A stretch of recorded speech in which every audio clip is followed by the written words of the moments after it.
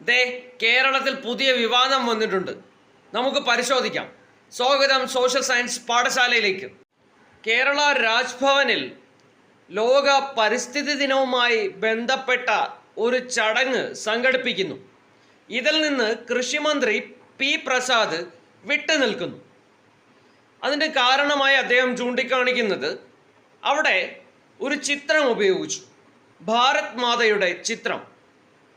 അത് RSS പരമ്പരാഗതമായി ഉപയോഗിക്കുന്ന ചിത്രമാണ് എന്നാണ് മന്ത്രി പറയുന്നത്. ശരി, രാജ്ഭവനിൽ ഉപയോഗിച്ചത് RSS ഉപയോഗിക്കുന്ന ചിത്രം തന്നെയാണ്. അങ്ങനെയാണെങ്കിൽ ഏതാണ് യഥാർത്ഥ ഭാരത് മാതാവിൻ്റെ ചിത്രം?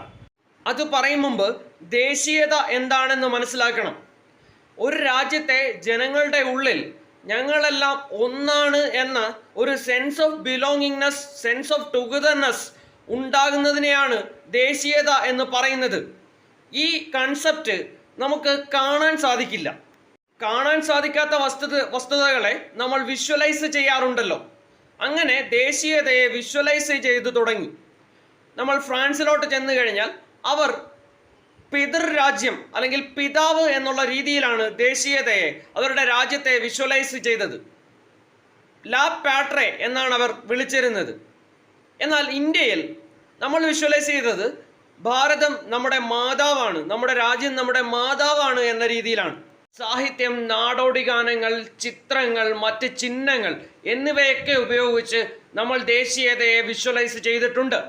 20-ാം നൂറ്റാണ്ടിലാണ് ഭാരത് മാതാവ് എന്ന രീതിയിൽ ഇന്ത്യയുടെ ദേശീയത സിംബലൈസ് ചെയ്യപ്പെടുന്നത്.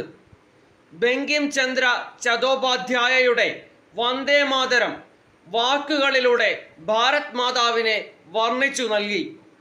രബീന്ദ്രനാഥ് ടാഗോറിൻ്റെ സഹോദര പുത്രനായ അവനീന്ദ്രനാഥ് ടാഗോറാണ് ആദ്യമായി ഭാരത് മാതയുടെ ചിത്രം വരയ്ക്കുന്നത്.